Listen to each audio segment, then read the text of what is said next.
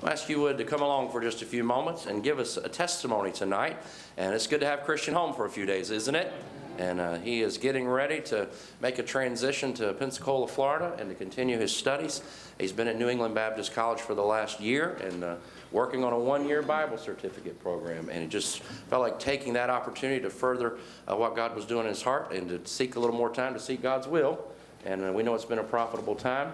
And I asked him if he wouldn't mind just to give us a little testimony about how God's working in his life, and so we could better pray for you as you move forward. You're leaving soon, right? Tomorrow. That is really soon. Wow. I'm glad we got him to give a testimony tonight. Amen. Couldn't do it after that. So I'm glad he's here. We've been praying for you, but if you don't mind to share what God's doing, buddy, we are so glad you're here. God bless you. Absolutely. Good evening.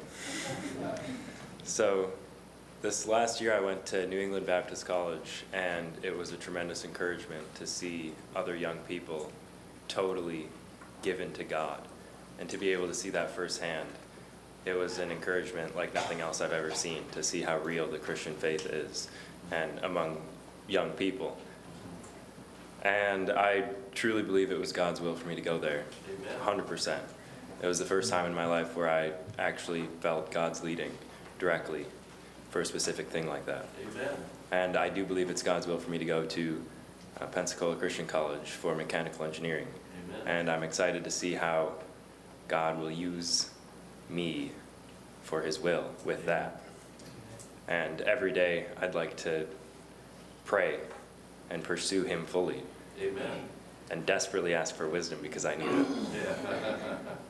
And I'm very grateful for all of your prayer and support and just everything. And this is an awesome church. And I'm so happy to be able to say that I'm part of it. Amen. Thank you. Amen. I mean, can I ask you one or two questions before you go? Can I interview you for just a minute? I know you're ready to get down, but we're not going to let you go yet. Thank you, Brother Caleb. You know, so often when we preach and teach about God's will, I think everybody thinks we want them to be a preacher.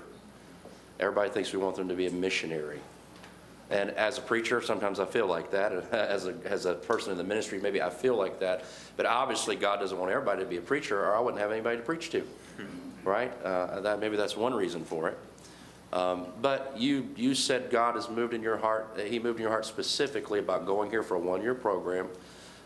Can you just clarify any of that? I mean, how did God work in your life? You may not want to divulge everything, but it's just to go take it. Some people say you're going to waste a year.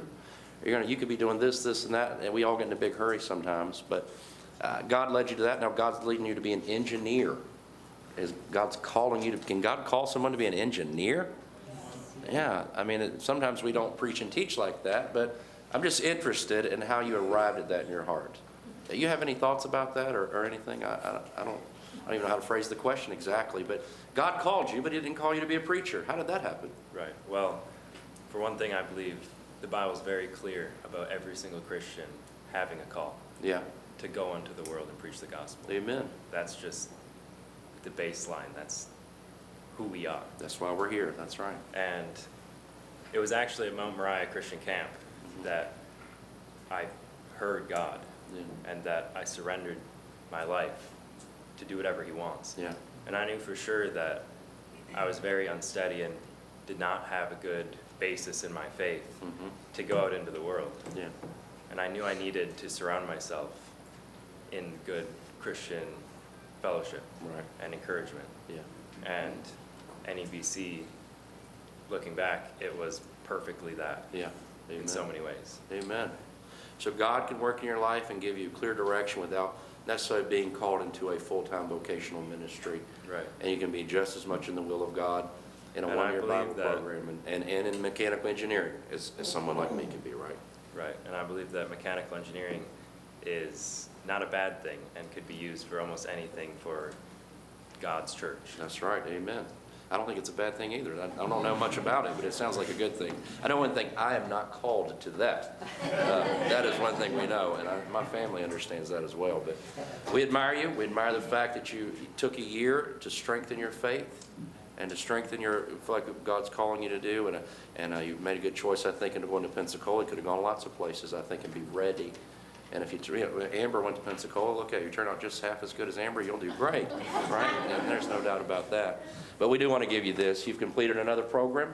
We admire what you're doing, and we're praying for you, and I hope that'll be an encouragement to you. If you'll pray for him, church, say amen. Amen. Very good. God bless you, buddy. I'm going to ask